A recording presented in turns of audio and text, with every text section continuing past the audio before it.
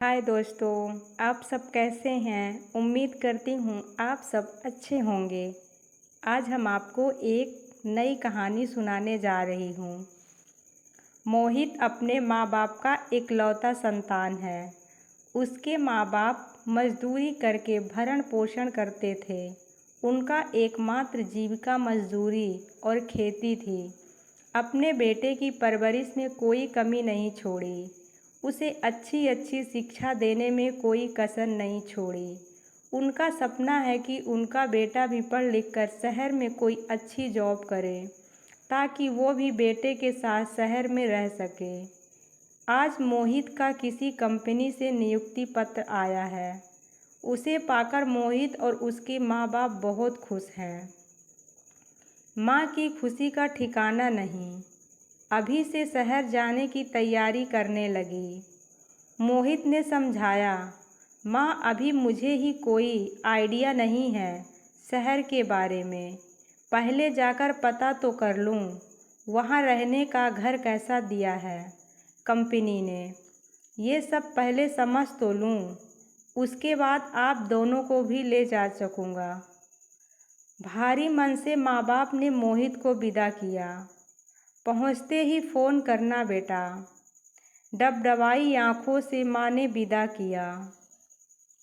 पहली बार शहर आकर मोहित मानो सातवें आसमान पर उड़ रहा है। बहुत खुश था अपना छोटा सा फ्लैट पाकर। फ़ोन पर माँ से शहर की बहुत सारी बातें बताता। माँ भी बहुत खुश होती बेटे की बातें सुनकर। मोहित अपने कंपनी में सबका चहेता बन गया था। बनता क्यों नहीं, नाम के अनुसार ही वो उसका दिल जीत लेता और अपनी ओर मोहित कर लेता। मोहित के साथ ही नैना भी काम करती थी। नैना मोहित की ओर कुछ ज़्यादा ही आकर्षित हो गई थी। धीरे धीरे दोनों की दोस्ती मोहब्बत के रंग में रंग गई। बॉस और अन्य सहेलियों के नज़र से बच ना पाए और दोनों की शादी के पवित्र बंधन में बांध दिया गया। मोहित के बॉस ने ही शादी का सारा कार्यभार संभाला। मोहित ने अपने माँ बाप को बताना ज़रूरी भी नहीं समझा। नैना ने एक दिन टोका भी कि गांव से माँ पिता को यहीं बुला लीजिए, हम सब एक परिवार ही तो हैं। लेकिन मोहित को लगता था शादी के बारे में कुछ नहीं पता है। अगर उन्हें ये सब कुछ पता चलेगा तो वो बहुत बुरा लगेगा। नैना भी इसके आगे कुछ ना बोल सकी। वक्त पंख लगा कर उड़ता रहा। मोहित अपनी ज़िंदगी में इतना रम गया कि माँ पिता को अब फ़ोन करना भी भूल जाता। रोज़ कल पर टाल कर भूल ही जाता। उधर माँ बाप चिंता में रहने की कब उनका बेटा उन्हें लेने आएगा। एक दिन मोहित बाजार से लौटते वक्त सब्जी खरीदने लगा। उसकी नज़र एक वृद्धा पर पड़ी। देखने में काफ़ी कमज़ोर और सुस्त लग रही थी। मोहित ने उससे पूछा, क्या हुआ माई, आपकी तबीयत ठीक नहीं है।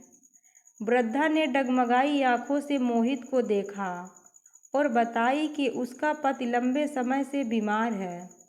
उसकी दवाई खत्म हो चुकी है और आज सब्जी भी नहीं बिका।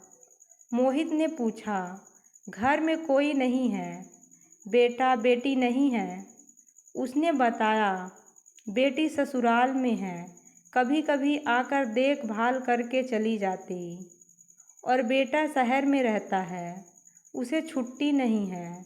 हम सबके लिए बोलकर गया है कि शहर लेकर चलूँगा आप दोनों को।